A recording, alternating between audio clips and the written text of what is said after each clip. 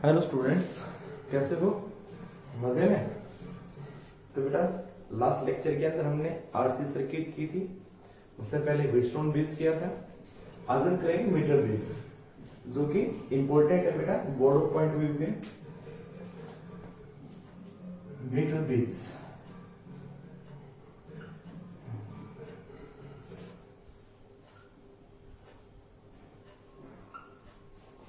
या इसका दूसरा नाम होता है slide wire bridge.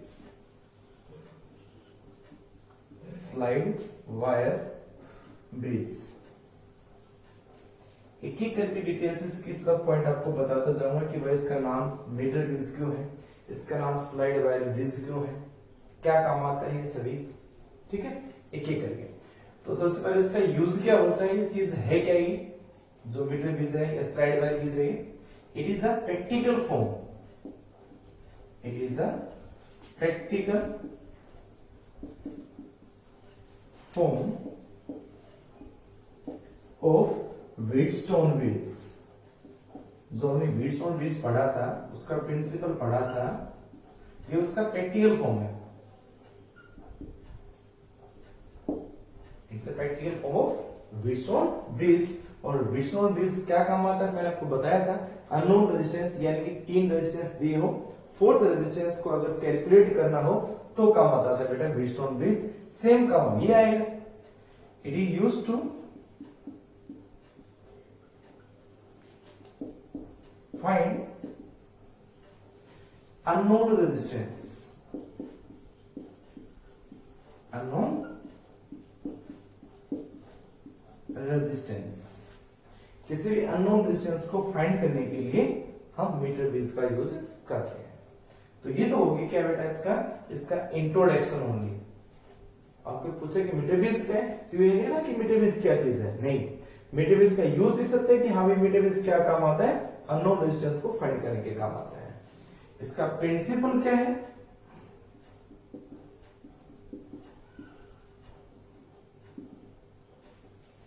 It is working on या बेस्ड ऑन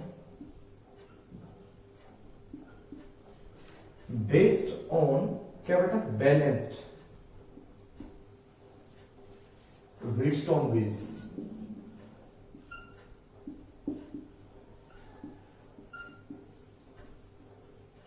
प्रिंसिपल, इसका जो प्रिंसिपल है वो किस पे बेस है, बैलेंस व्हीटस्टोन ब्रिज प्रिंसिपल। और बैलेंस व्हीटस्टोन ब्रिज प्रिंसिपल क्या था, that is P by Q is equal to R by S। हमारे पास 4 रेजिस्टेंस थे, एक P था और एक Q था, एक R और एक S, ये 4 रेजिस्टेंस थे। इन दोनों का रेशियो का इक्वल आता है, तो बैलेंस हुआ था व्हीटस्टोन ब्रिज। सेम बात इस पे भी हुई है, क्योंकि ये मीटर ब्रिज क्या है, एक प्रैक्टिकल फॉर्म है जो हमारे प्रैक्टिकल लैब के अंदर भी हम ये एक्सपेरिमेंट करेंगे इसके ऊपर। इसमें 2 काम करते हैं, एक तो यही अननोन रेजिस्टेंस को कैसे फाइंड करें, दूसरा बात स्पेसिफिक रेजिस्टेंस कैसे निकालते हैं। ठीक है, ऐसे और भी है कि वह सीरीज में जोड़ेंगे तो सीरीज में उसका रेजिस्टेंस क्या होगा, पैरेलल में जोड़ेंगे 2 वायर्स को तो रेजिस्टेंस क्या होगा। तो ऐसे एक्सपेरिमेंट हमारे पास 3 है, लेकिन एट प्रेजेंट जो हमारे थ्योरेटिकल और प्रैक्टिकल दोनों के अंदर जो बता रखे हैं वो हमारे लिए क्या है बेटा, वो आता है to find the unknown resistance. इसके लिए तो आप इसको नोट करिए बेटा एक बार, पहली बात तो। फिर मैं बताऊंगा आपको कि मीटर ब्रिज क्या है, इसमें स्लाइड वायर ब्रिज को क्यों कहते हैं, उसका डायग्राम बनेगा। क्लियर, तो ये बातें हुई। उसके बाद चलते हैं इसके डायग्राम के ऊपर मीटर ब्रिज का।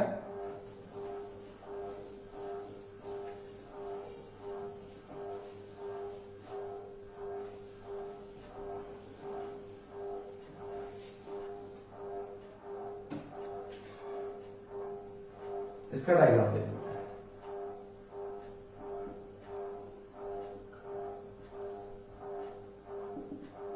क्या इसका डायग्राम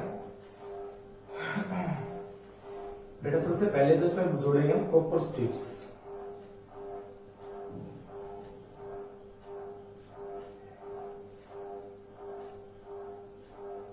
ये कॉपर स्ट्रिप है,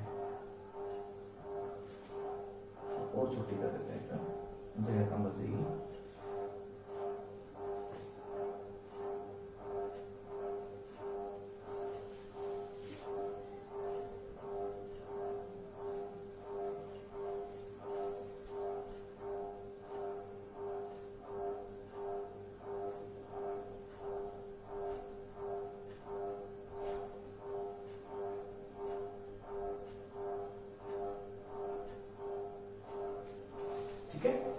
उसके बाद इसमें एक स्केल होगा,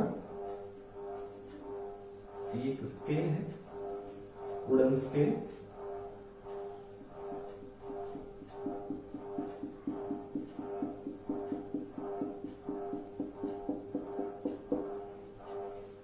इसमें एक वायर होगा यहाँ पे,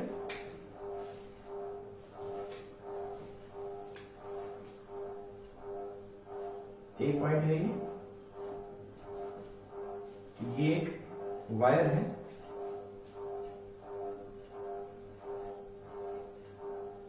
ये एक वायर है बेटा,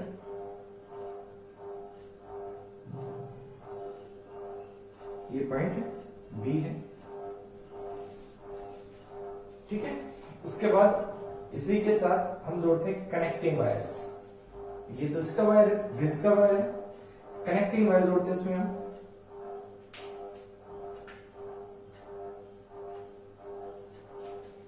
एक लगाएंगे बैटरी, एक लगाएंगे की,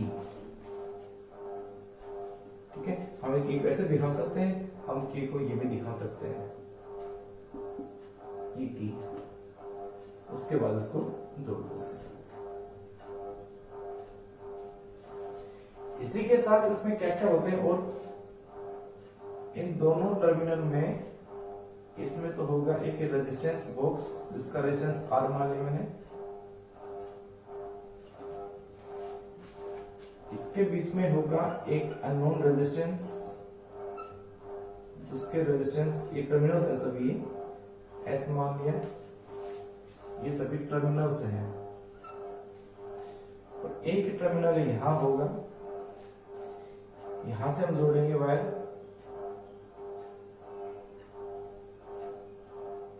इसके ऊपर से लेके एक जोड़ देंगे गैल्वेनोमीटर एक साइड पे उसका, और उसके बाद में दिस इज गैल्वेनोमीटर,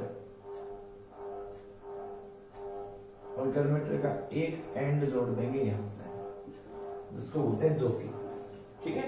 इसका सिंबल इसका ऊपर से आता है, इसका नाम डाल देते हैं हम। ए बी हो गया, ये हो गया सी, ये पॉइंट हो गया डी, ये पॉइंट हो गया ई, ये पॉइंट हो गया एफ, ये पॉइंट हो गया जी, तो हो गया है एच मान लेते इसको। तो ये इसका डायग्राम है, या बोल सकते हैं सर्किट डायग्राम है। क्या क्या चीजें इसके अंदर मैं आपको बताता हूं एक एक। सबसे पहले यहाँ पे ये जो है सब, ये जो चौड़ी वाइड जो स्ट्रिप दे रखी है, ये है कॉपर स्ट्रिप, वाइड यानी कि चौड़ी कॉपर स्ट्रिप्स, कॉपर स्ट्रिप्स। अब लॉजिक ये है कि कॉपर स्ट्रिप यहाँ क्वेश्चन हो सकता है, हर एक टॉपिक बेस पे क्वेश्चन, हर एक छोटी छोटी बातों पे क्वेश्चन है यहाँ पे मीटर बेस में। पेपर में जरूरी नहीं कि मीटर बेस पेपर में है, कोई जरूरी नहीं है। पेपर के अंदर मीटर बेस के 3 क्वेश्चन आ सकते हैं 3 नंबर में, एक एक करके, एक ही नंबर में से। तो कैसे बेटा, जैसे पहले क्वेश्चन तो यही हो गया कि ये हमारे पास एक कॉपर स्ट्रिप दे रखी सारी की सारी, ठीक है, ये कॉपर स्ट्रिप है सारी। फिर कॉपर स्ट्रिप चौड़ी क्यों होती है, वाइड क्यों होती है?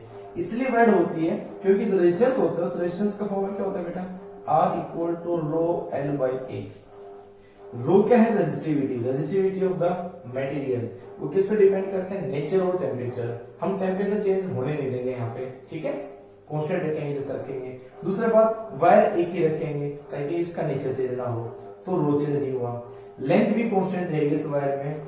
एरिया, अब एरिया जितना ज्यादा होगा, जितना ज्यादा एरिया लिया जाएगा, जितना ज्यादा एरिया होगा, वाइड होगा, उसका रेजिस्टेंस कम होगा।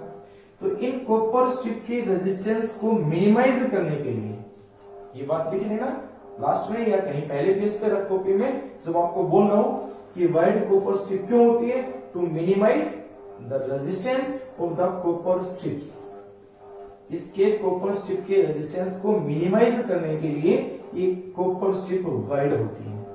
एक पॉइंट्स, हर एक पॉइंट्स साइड में लिखे रह जाना बेटा, ये जरूर, क्लियर, ठीक है। उसके बाद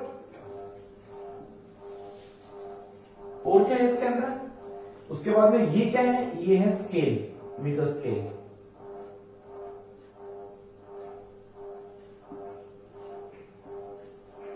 मीटर स्केल, अब मीटर स्केल, मीटर बेस का लॉजिक आ गया। What is metre base, metre base क्या होता है बेटा, इसका नाम मीटर बेस क्यों है, क्योंकि ये जो है हमारे पास इसका जो वायर होता है, जो मैंने वायर जोड़ा है ए से लेकर बी तक, ये जो वायर है वो मीटर बेस वायर है, वो 1 मीटर का होता है। तो मीटर बेस को मीटर बेस इसलिए कहते हैं क्योंकि इसके अंदर जो इसका वायर होता है, ये वायर 1 मीटर लेंथ होती है इसकी। या जो हमारे पास दूसरी बात करें जो स्केल की लेंथ भी 1 मीटर होती है। यहाँ ये 0 सेंटीमीटर से स्टार्ट होगा, 100 सेंटीमीटर तक होगा,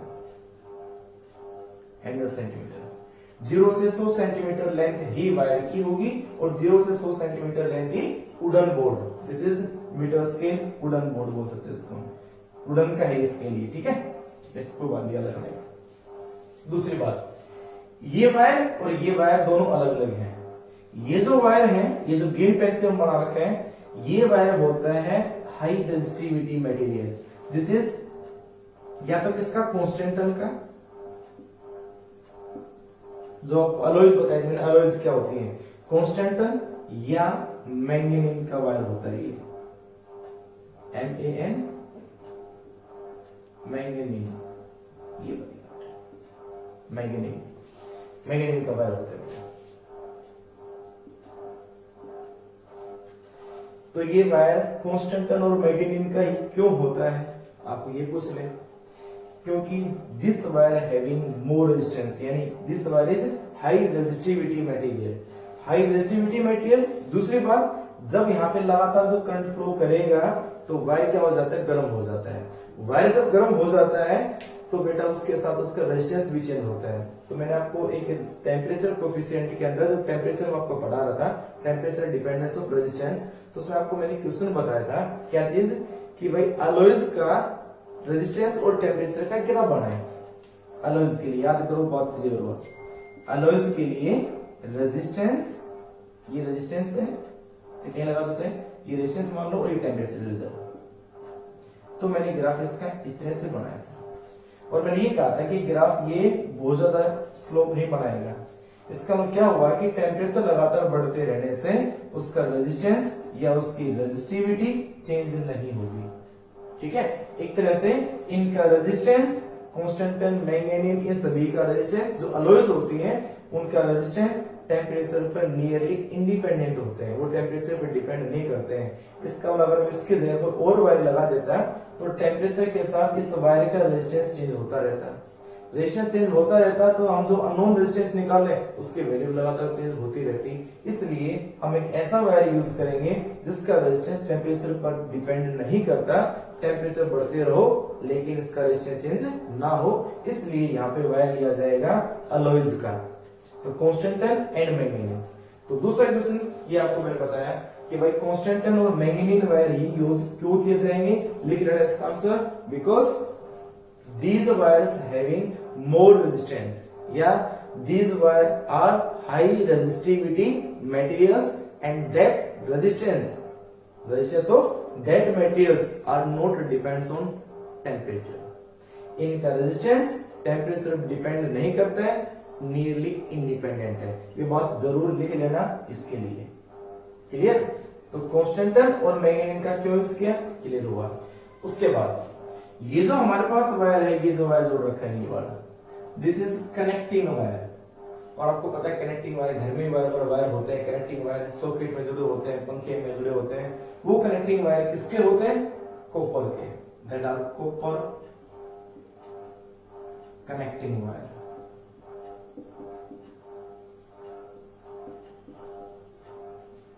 तो भाई कनेक्टिंग वायर भी कॉपर के हैं और भाई ये जो स्ट्रिप है ये भी कॉपर की है। क्यों, क्योंकि इन कॉपर स्ट्रिप के रेजिस्टेंस को और जो वायर का रेजिस्टेंस है उनके रेजिस्टेंस को मिनिमाइज कर सके, नेग्लेक्ट कर सके कि भाई इनमें कोई रेजिस्टेंस है नहीं तो इनका रेजिस्टेंस मत मानो, नेग्लेक्ट कर सके, इसलिए कॉपर की स्ट्रिप है और कॉपर की कनेक्टिंग वायर है। ठीक है, तो आप एक डायग्राम को नोट करें।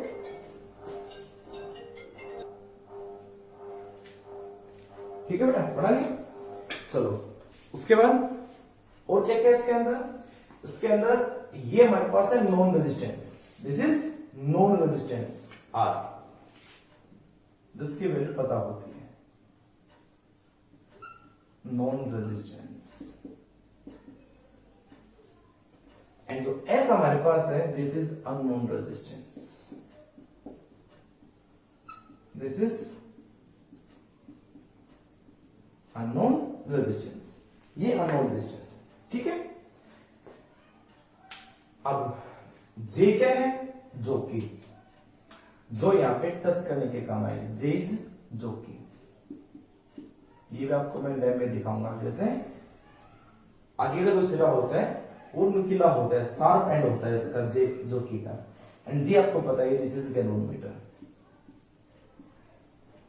गैलोमीटर क्या काम आता है, स्मॉलेस्ट करंट को जो मेजर कर सके, कम से कम करंट को जो मेजर कर सके, क्योंकि करंट को मेजर एमीटर भी कर सकता है, लेकिन एमीटर की लिस्ट काउंट कम होती है, मींस ना एमीटर की लिस्ट काउंट ज्यादा होती है, गैलोमीटर की लिस्ट काउंट कम होती है, मींस गैलोमीटर कम से कम करंट को मेजर कर सकता है एमीटर की बजाय। तो अगर वायर में कहीं भी मामूली सा भी करंट आएगा तो ये फाइंड कर लेगा, डिटेक्ट कर लेगा, कौन, गैलोमीटर, ठीक है। अच्छा ये क्या है, सोर्स है, जिसका इमफ हम ई मान लेते हैं, दिस इज सोर्स, जिसका इमफ ई। तो ये सब हमारे पास इस डायग्राम के अंदर आती है बेटा, दिस इज सेंटीमीटर, क्लियर बेटा। तो देखो C और D एंड के बीच में जोड़ दिया एक नोन रेजिस्टेंस, F और H के बीच में जोड़ दिया एक अननोन रेजिस्टेंस, जिसकी वैल्यू फाइंड करनी है हमें, S की वैल्यू फाइंड करनी है हमें। उसके बाद बीच का जो एंड है, उस एक एंड से वायर है, ये वायर है, ये सब वायर, ये वायर है, कॉपर के वायर है, कॉपर वायर है सभी। तो ये वायर जोड़ के एक एंड, तो गैलोमीटर के दो एंड होते हैं, एक एंड से जोड़ दिया गैलोमीटर और उसके दूसरे एंड से गैलोमीटर के जोकी, ठीक है। और जोकी को कहां टच करना हमें, एक वायर से। तो ये था इसका सर्किट डायग्राम इसका। अब करेंगे इसकी वर्किंग, ये सभी बातें मैंने इसे बता दी हैं, अलग से लिखवाने की जरूरत नहीं है, नियम लिख देते भाई, ए बी क्या है, कांस्टेंट वायर है, ये क्या है, कनेक्टिंग वायर है, ये सेल है, ये सब, ठीक है। तो मैंने इसी में सब कुछ लिख दिया आपका। अब पढ़ते हैं इसकी वर्किंग को, वर्किंग क्या है इसके बेटा, देखो बेटा वर्किंग में मिटा देता हूं फिर, देखो क्या इसकी वर्किंग,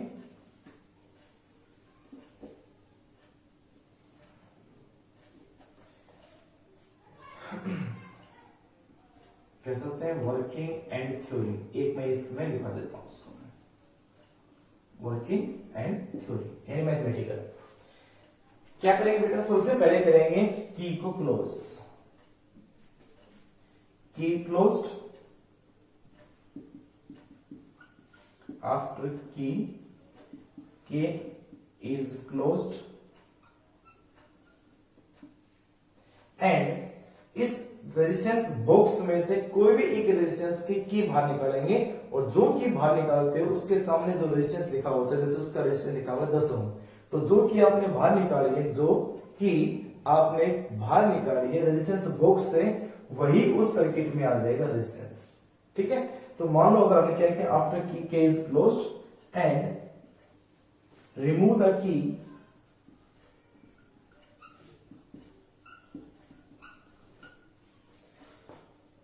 किसमें बेटा, from resistance box,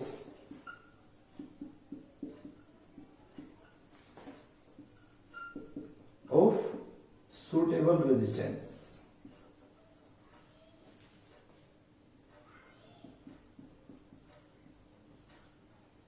let it be resistance कितना है ये, let it be रेजिस्टेंस कितना हुआ R, मान लेते हैं वो रेजिस्टेंस कितना है R, तो R ये हो गया। अब क्या किया जाए, स्लाइड द जोकी, इस जोकी को क्या करना है, स्लाइड करना है। दूसरा नाम इसका क्या था, स्लाइड वायर ब्रिज। तो मीटर ब्रिज का नाम स्लाइड वायर ब्रिज क्यों है, बिकॉज इस जोकी को ए एंड से बी एंड के ऊपर जो कांस्टेंट और मैंगनीज का वायर होता है उसके ऊपर स्लाइड किया जाता है, स्लाइड टच करके, घिसा नहीं, ओनली टच करते हुए उसको आगे मूव करना है।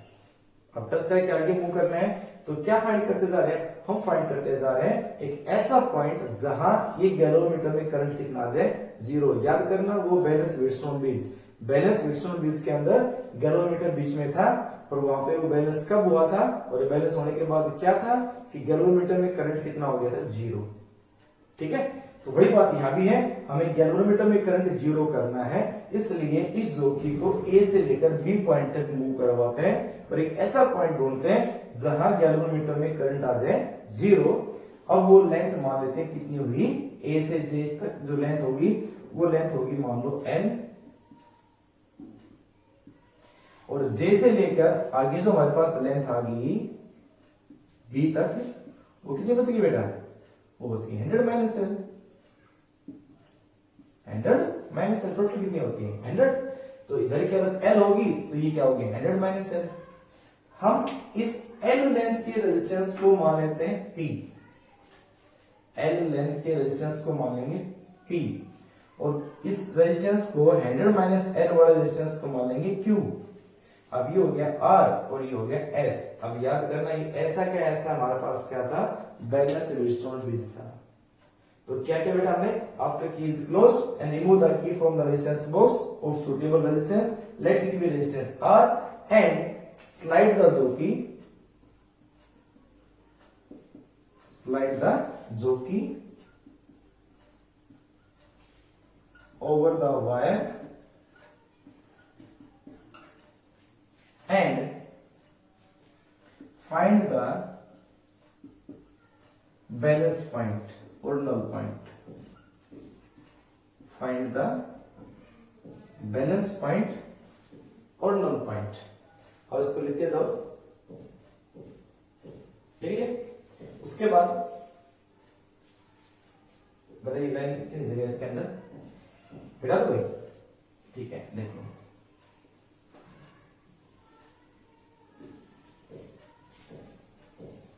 क्या लिखा मैंने, over the wire and find the balance point और नल पॉइंट, और नल पॉइंट और बैलेंस पॉइंट और नल पॉइंट का मतलब क्या होता है, ब्रैकेट में लिख देता हूं मैं, where galvanometer shows no deflection, जिस पॉइंट पे गैल्वेनोमीटर में कोई डिफ्लेक्शन नहीं आएगा उसको बोलते हैं बैलेंस पॉइंट और नल पॉइंट। और बैलेंस पॉइंट और नल पॉइंट फाइंड करने के मेथड को बोलते हैं नल मेथड। याद रखना, बैलेंस पॉइंट जो हम जो प्रोसेस कर रहे हैं, ए से लेकर कहीं वायर को लेके जा रहा हूं, जोकी को लेके जा रहा हूं बी की तरफ, और एक ऐसा पॉइंट आ जाए जहां पे गैल्वेनोमीटर में करंट 0 आ जाए, तो इस प्रोसेस को क्या बोलेंगे, नल मेथड, ठीक है। और उस पॉइंट को बोलेंगे नल पॉइंट या बैलेंस पॉइंट। क्लियर। अब हम मान लेते हैं लेट जो नल पॉइंट है, लेट इट बी जे, और नल पॉइंट जे है, तो एजे की जो लेंथ होगी वो एल होगी, देन ए जे लेंथ होगी एल, एंड जे बी तो हमारे पास आ गई, जे बी तो आ गई, वो होगी 100 माइनस 100 माइनस, ठीक है बेटा। तो ये बात आ गई इसमें, यहां से आता है कि एल होगी, यहां से आता है कि 100 माइनस एल होगी। क्लियर, नोट करते जाना बेटा, इतनी जगह है बोर्ड पे, हो गया। चलो उसके बाद हम निकालेंगे कि इस एल लेंथ का रेजिस्टेंस जो पी है वो कितना है, क्यू है वो कितना है, एल की टर्म में निकालना है, एल की टर्म में उसको। तो देखो बेटा,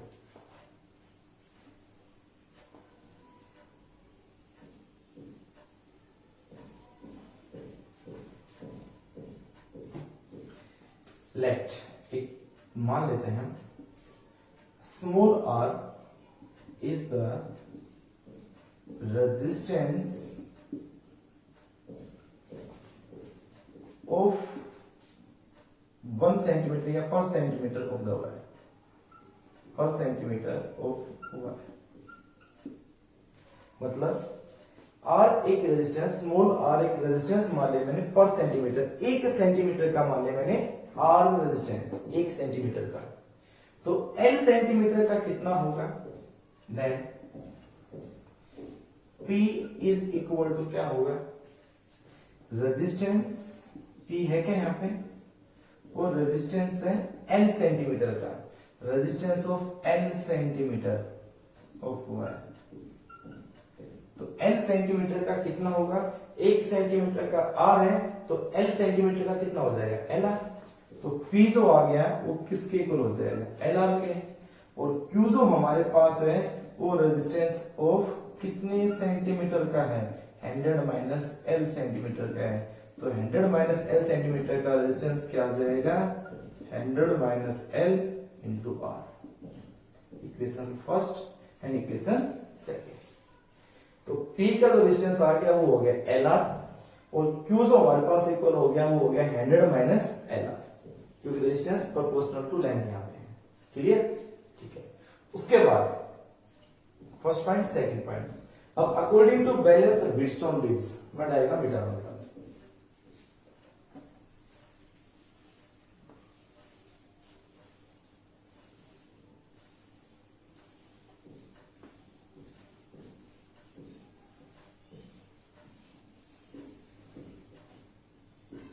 अकॉर्डिंग टू प्रिंसिपल, प्रिंसिपल क्या था, P by Q is equal to R by S। तो P बाई Q, P की वैल्यू क्या है हमारे पास, P की वैल्यू है LR, Q की वैल्यू क्या है 100 माइनस LR, और is equal to R by S। R से R क्या हो गया, कैंसिल। तो हमारे पास इक्वेशन जो बन गई वो कितनी आ गई, this is R by S is equal to L over 100 minus L। ये इक्वेशन हमारे पास आ गई, इक्वेशन नंबर थर्ड। और आपको यहां से क्या फाइंड करना था, unknown resistance S। So unknown resistance S is equal to कितना आया, सो अननोन रेजिस्टेंस S जो आ गया वो कितना आएगा बेटा, this is 100 minus L divide by L और इनटू में R, दिस इज S। तो ये हमारा काम था अननोन रेजिस्टेंस फाइंड करना, ठीक है। तो अब इसको नोट करें। तो ये तो होगी इसकी वर्किंग और थ्योरी अननोन रेजिस्टेंस फाइंड करने का। ये हो गया उसका अननोन रेजिस्टेंस S जो लेंथ की टर्म में और R दे रखा था, और लेंथ हमें पता होगा क्योंकि जहां पे जो की टेस्ट करेंगे वो लेंथ नोट कर लेंगे। इधर की लेंथ नोट होगी, उधर की अपने आप क्या आएगी 100 माइनस L हो जाएगी। हो गया, तो ये उसका मैथमेटिकल। अब करेंगे इसके अंदर और छोटे छोटे कुछ क्वेश्चंस अलग से इंपॉर्टेंट क्वेश्चंस, वो देखो बेटा। हो गया आपका ये, ठीक है।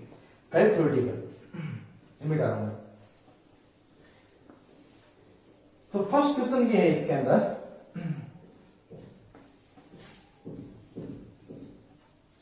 It is advise to, it is advise to, वो जो आपको मैंने डायग्राम से बताया था वो भी लिखना है सभी कि लेंथ मीटर भी, उसको मीटर ब्रिज क्यों बोलते हैं, उसको स्लाइड वायर ब्रिज क्यों बोलते हैं, क्योंकि वायर के ऊपर स्लाइड करते हैं, ठीक है। मीटर ब्रिज क्योंकि लेंथ 1 मीटर है। कांस्टेंट का वायर क्यों होता है, क्योंकि वो अलॉयज होती है, उनका रेजिस्टेंस टेंपरेचर पर इंडिपेंडेंट होता है। उनकी कनेक्टिंग वायर्स किसकी होती है, कॉपर की होती है। जो स्ट्रिप होती है वो वायर्ड होती है, वो कॉपर की होती है, टू मिनिमाइज द रेजिस्टेंस। वो सभी क्वेश्चंस भी लिख लेना। तो उसके बाद क्वेश्चन इक्वल इंपॉर्टेंट है, it is advise to obtain null point at the middle of the bridge, middle of the bridge। क्यों ऐसा, क्यों भाई, क्योंकि एट द मिडल, अगर बिल्कुल बीच में टच करते हैं वायर का, तो हाफ लेंथ इधर होगी, 50 सेंटीमीटर इधर होगी, 50 सेंटीमीटर इधर होगी। इसका मतलब P और Q रेजिस्टेंस क्या होगा, बिल्कुल सेम। P का रेजिस्टेंस और Q का रेजिस्टेंस क्या होगा, बिल्कुल सेम। ऐसे ही अपने आप R और S वो भी हो जाएगा सेम, एक जैसे। तो क्या आ जाएगा, because at the middle point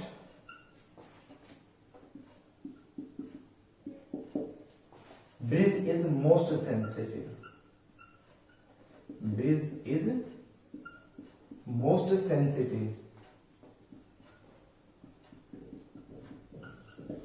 अब आपको सर सेंसिटिव क्या है, मैंने आपको व्हीटस्टोन ब्रिज में बताया था। सेंसिटिव का मतलब क्या होता है, जो जितना ज्यादा सेंसिटिव, इसका मतलब वो अपने काम में उतना ही सही कर रहा है। निपुण है मीन्स एक्यूरेसी है, उसके वर्क में बिल्कुल क्या है, एक्यूरेसी। और इसका वर्क क्या था, इसका वर्क था अननोन रेजिस्टेंस को फाइंड करना।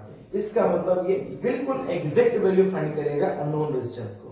तो आपसे मैं ये लिखवा दूंगा भाई, ब्रिज सेंसिटिव का मतलब क्या होता है वो भी लिख देंगे। लेकिन एट प्रेजेंट क्या है, at the middle point bridge is most sensitive. And उसके बाद और क्या होगा, चारों रेजिस्टेंस होते हैं P equal to Q is equal to R equal to S। ये हो जाएगा, ये हो जाएगा, सभी रेजिस्टेंस क्या हो जाएंगे, बिल्कुल इक्वल हो जाएंगे और ब्रिज क्या बन जाएगा, मोस्ट सेंसिटिव हो जाएगा। ठीक है बेटा, तो ब्रिज सेंसिटिव का मतलब क्या हो, सेंसिटिव का मतलब लिखा ना मैं कि it measure unknown resistance, it measure unknown resistance accurately, बिल्कुल एक्यूरेसी होगी उसके मेजरमेंट के अंदर। इसलिए उस ब्रिज में जो हम बताते हैं null point and you double L, null point middle portion पे ही क्यों लेने का सजेशन दिया जाता है, एडवाइस दी जाती है। ठीक है बेटा, तो एक क्वेश्चन है मोस्ट इंपोर्टेंट, मैंने आपको लिखवा दिया है। तो अगर कोई भी ऐसा क्वेश्चन आ जाए तो उसमें आप लिखोगे भाई ब्रिज क्या बन जाता है, सेंसिटिव हो जाता है। तो अब उसमें बाद में आप लिख रहे से कि what is the sensitivity of the metre bridge.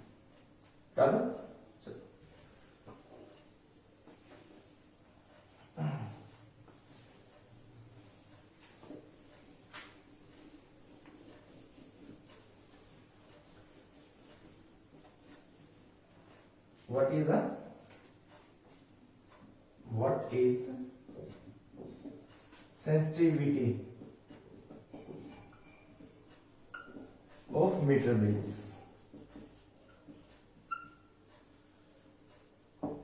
and when ये कह सकते हो it becomes, ये उसका उल्टा क्वेश्चन हो जाएगा, मोस्ट सेंसिटिव, वो सबसे ज्यादा सेंसिटिव कब होगा। तो बता सकते हो वही आंसर से, सेंसिटिव का मतलब ब्रिज मेजर एक्यूरेट रेजिस्टेंस,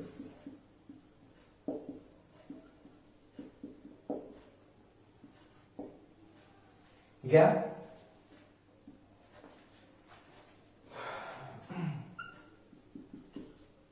विच मेजर, या बस ये कितने होती है, विच मेजर एक्यूरेट रेजिस्टेंस या रेजिस्टेंस एक्यूरेसी। और कब सेंसिटिव होगा बेटा, ये स्मॉलेस्ट भी कह सकते हैं कि, या वो कह सकते हैं it major smallest resistance.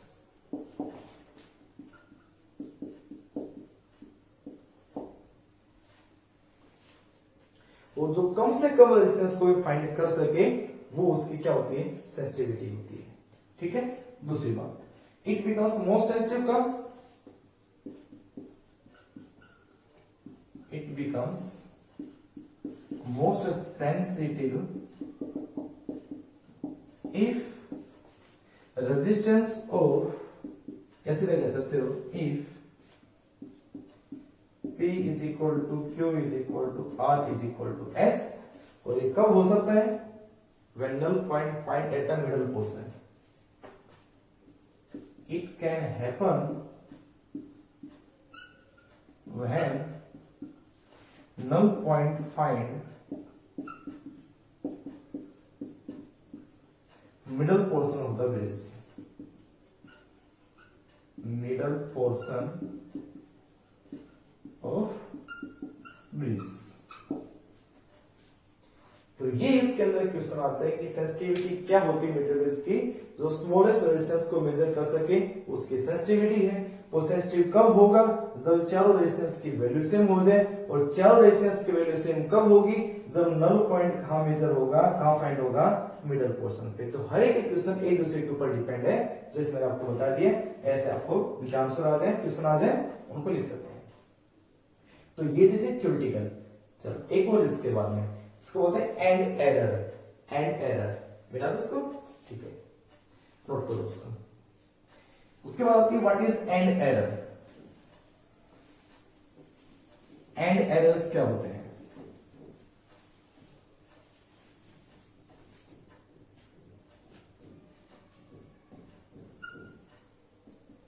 What are and errors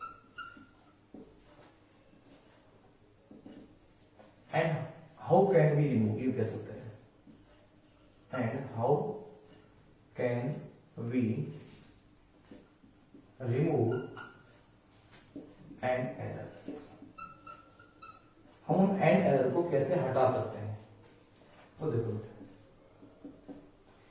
दो पॉइंट हमारे एंड एरर के होते हैं। फर्स्ट हम ये कह सकते हैं, जो जीरो था बेटा स्केल का, वुडन से स्केल थी, स्केल के ऊपर ही वायर जुड़ा होता है, constant and magnetic wire.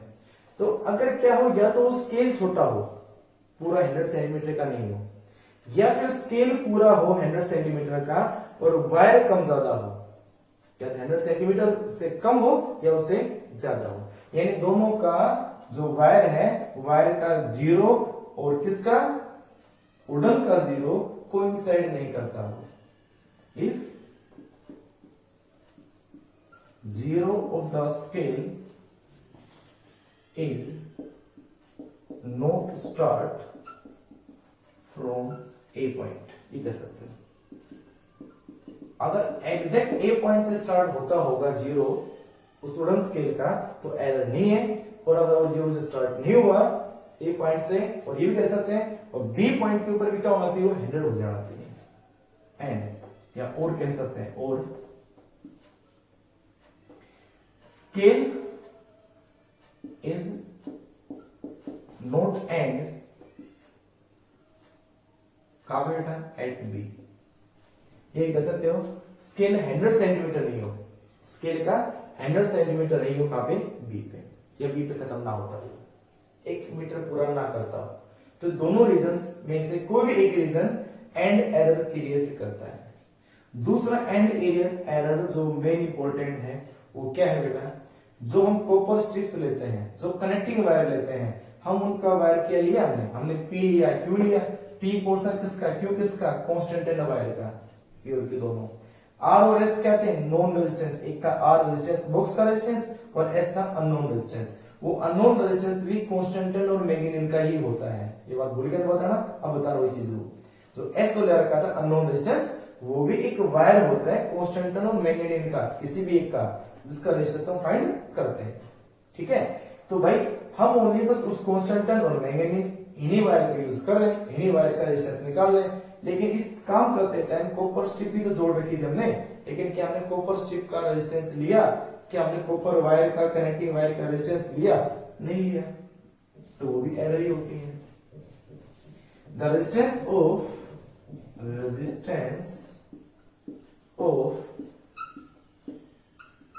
copper strips and connecting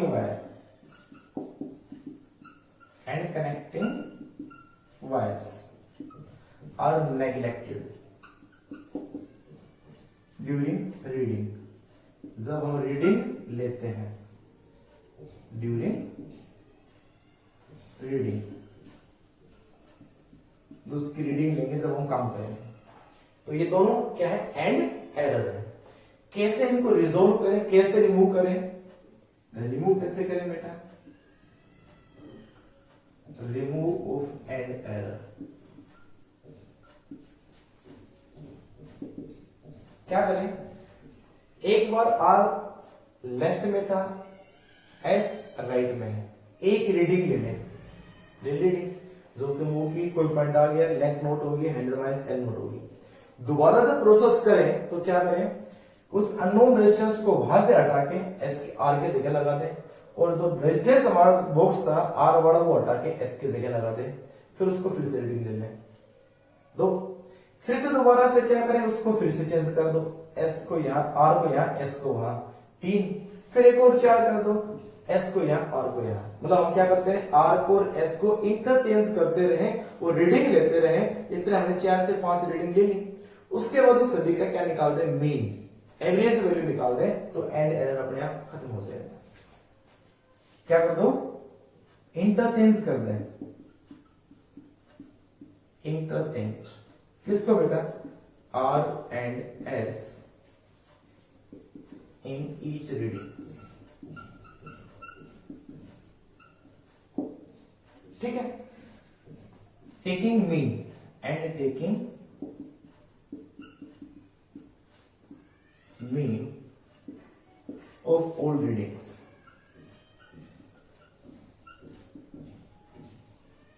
और उन सभी रीडिंग्स का क्या निकाल लिया जाए, मीन निकाल लिया जाए, तो अपने आप क्या होता जाएगा बेटा, वो एंड एरर रिमूव हो जाएगा। तो ये थ्योरेटिकल क्वेश्चंस थे मीटर बेस के ऊपर।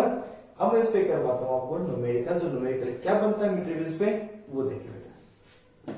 ठीक है, तो हो गया मीटर बेस का कॉन्सेप्चुअल क्वेश्चन। चलो उसके बाद आता है इसका न्यूमेरिकल। क्या न्यूमेरिकल बनता है, बहुत आसान सा न्यूमेरिकल होता है, एक ही जैसे होता है, वो देखो।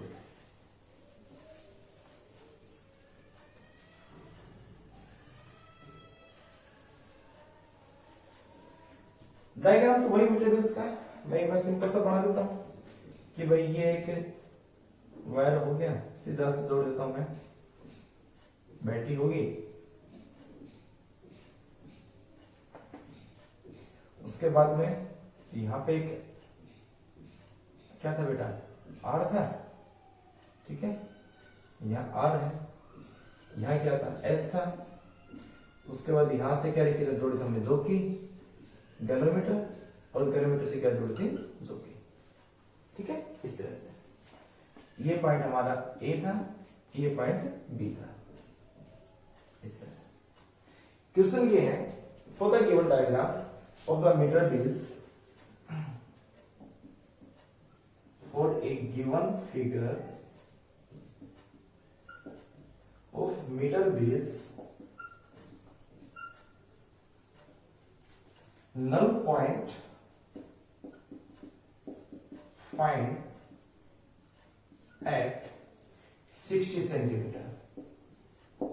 नल पॉइंट हमें 60 सेंटीमीटर एट परसेंट जो दे रखा था ना, तो जो जे है, ए से जे 60 सेंटीमीटर कहां से, फ्रॉम ए, फ्रॉम ए से, यहां से। तो यहां से लेकर यहां तक की जो लेंथ है 60 सेंटीमीटर है। तो जे से लेकर बी कितनी बचेगी, 40, टोटल 100 होती है बेटा ए। उसके बाद क्या करें, if a 30 ohm resistance is connected in, दो केस कर देते हैं। Number 1 in series with S, और नंबर 2 इन पैरेलल, किसके साथ, एस के साथ ही। Find, then find value of R and S. यही एकमात्र ऐसे ही क्वेश्चन बनते हैं मीटर बेस के ऊपर। तो भाई आर और एस इनिशियल दे रखा था, तो बैलेंस पॉइंट आई थी 60 सेंटीमीटर पे। उसके बाद कहता है if a 30 ohm resistance is connected in series with S, parallel with S, series में और पैरेलल में। नल पॉइंट लिखा मैंने, null point is shifted, null point is shifted to 50 centimetre. अब वो 50 पे आ जाए, शिफ्टेड बाई का मतलब पहले से 50 सेंटीमीटर आगे, तो 50 हो नहीं पाएगा। जैसे ये 40 होता और यार इधर शिफ्टेड बाई, तो यहाँ कितना आ जाता, 40 प्लस 50 90, और शिफ्टेड टू बोले तो यही लेंथ हो जाएगी वो अपने to 50 centimetre. Then find R and S, R की और S की वैल्यू फाइंड करें। तो आप क्वेश्चन को नोट करें एक बार पहले, क्लियर हो गया, ठीक है। देखो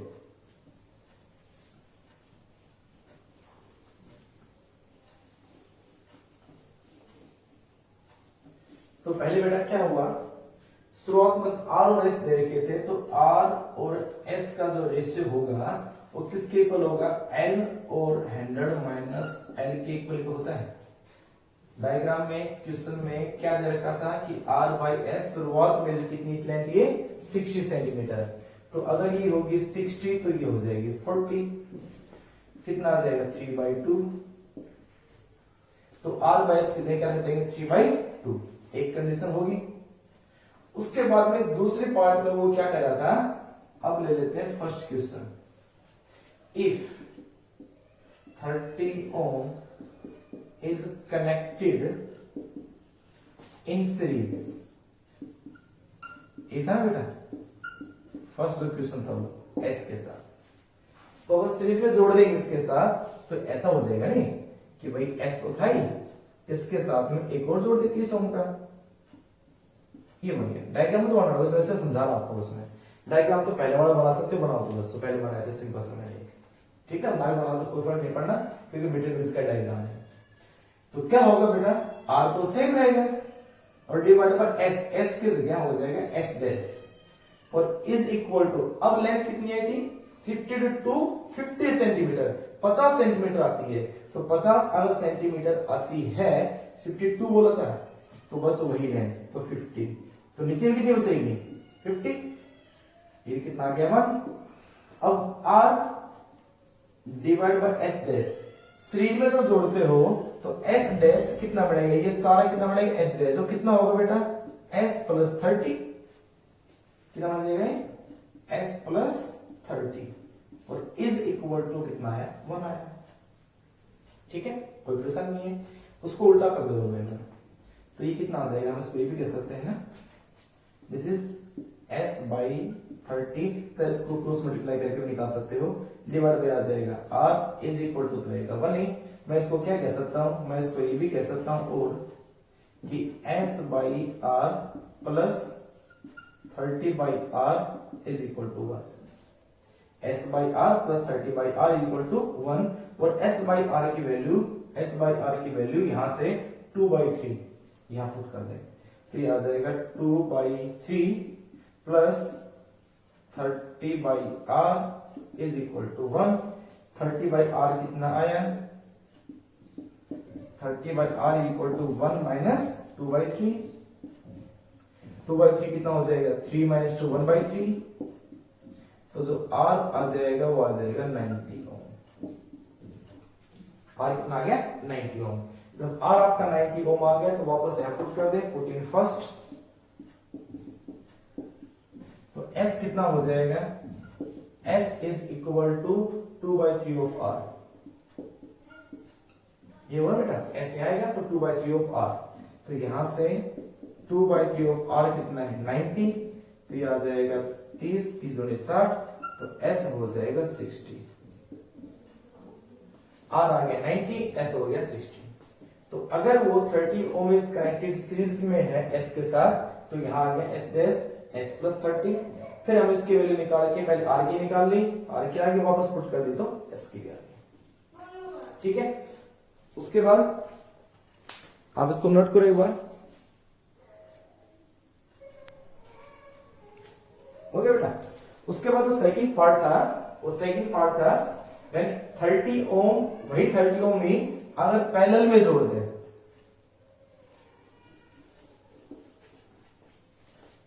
इन पैरेलल,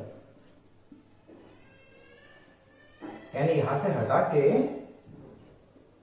वो जो हमारे पास था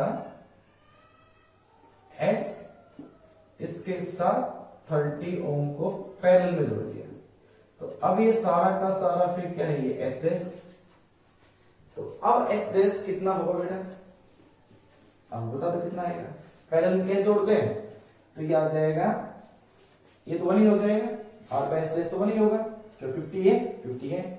उसके बाद में एस डैश कितना होगा, एस इंटू 30 और डिवाइड बाय आ जाएगा एस प्लस 30, ऐसे होते हैं ना 1 बाय आर, अरे एस डैश जो निकालोगे 1 बाय एस डैश तो कितना आएगा 1 प्लस एस और 1 प्लस 30, तो कैलकुलेट जब करोगे एस डैश की वैल्यू आ जाएगी एस इंटू 30 और एस प्लस 30, ये आ जाएगी। और इज इक्वल टू कितना आ गया 1। मैं इसको ऊपर लिख सकता हूं, कितना आ जाएगा ये आ जाएगा r into S plus 30 and divide by s into 30 और इज इक्वल टू 1। इस r बाई s की जगह 3/2 पुट कर देता हूं फ्रॉम फर्स्ट। कितना है बेटा, r बाई s आ गया 3/2 मल्टीप्लाई बाई क्या है s plus 30 and divide by कितना है 30 और इज इक्वल टू कितना है 1। ये बचेगा तो बेटा क्या है इसका ना, ये हो जाएगा 3/2 इधर जाएगा बेटा, तो ये आ जाएगा s प्लस 30 ये आ जाएगा 2/3। ठीक है, सीधा कर सकते हो, ये हो जाएगा 10 20 तो s plus 30 is equal to 20, s equal to कितना आ जाएगा -10। कोई बात नहीं, अगर नेगेटिव आ गया तो इसका लॉजिक आपको बताऊं, नेगेटिव आया तो उसमें क्या हुआ होगा s -10।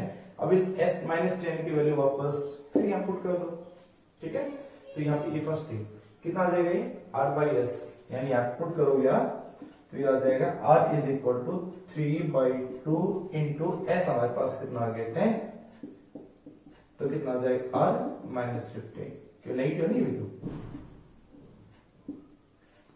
ठीक है, इसका मतलब ये है कि जो रेजिस्टेंस हमारे पास आ गई r और s, या तो उसको हम इंटरचेंज करते हैं तब ये पॉसिबिलिटी बन सकती है, या फिर यही हो सकता है कि हम रेजिस्टेंस को इसके साथ में क्या जोड़ा था बेटा, ये हमारा SN, इसके साथ में पैरेलल में S जोड़ने से मैंने कहा था लेंथ कितनी हो जाती है 50, पहले कहते 60, अब कितनी मानी हमने 50, तो 50 की बजाय यानी 50 लेंथ आने के बजाय वो 60 से फालतू आती, इसलिए हमारा रेजिस्टेंस क्या है नेगेटिव आ रहा है।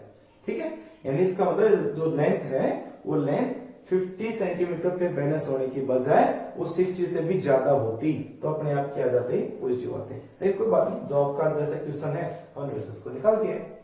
तो ऐसे ही आप और भी क्वेश्चन इसके निकालना, एक एनसीईआरटी का क्वेश्चन है उसमें भी इसमें दे रखा है कि एस यहाँ 12 दे रखा हो तो वो भी आप निकालने की कोशिश कर, निकल जाएगा वो भी। ठीक है, एस हो, एक क्वेश्चन ऐसा भी है कि एस ने इस एक्स नाम दे दिया, ओनली एक्स नाम दे दिया यहाँ पे, तो उसी क्रम में पूछा जाएगा। तो जब ये हो जाएगा तो इसकी जगह भी s प्लस 30 है तो x इंटू एस और x प्लस एस, तो उसके क्रम में आंसर आ जाएगा हमारा जो भी है। ठीक है, तो इस तरह के क्वेश्चंस मैट्रिक्स में आते हैं, बस यही बनते हैं मैट्रिक्स में, और मैट्रिक्स में कोई न्यूमेरिकल्स नहीं बनते हैं।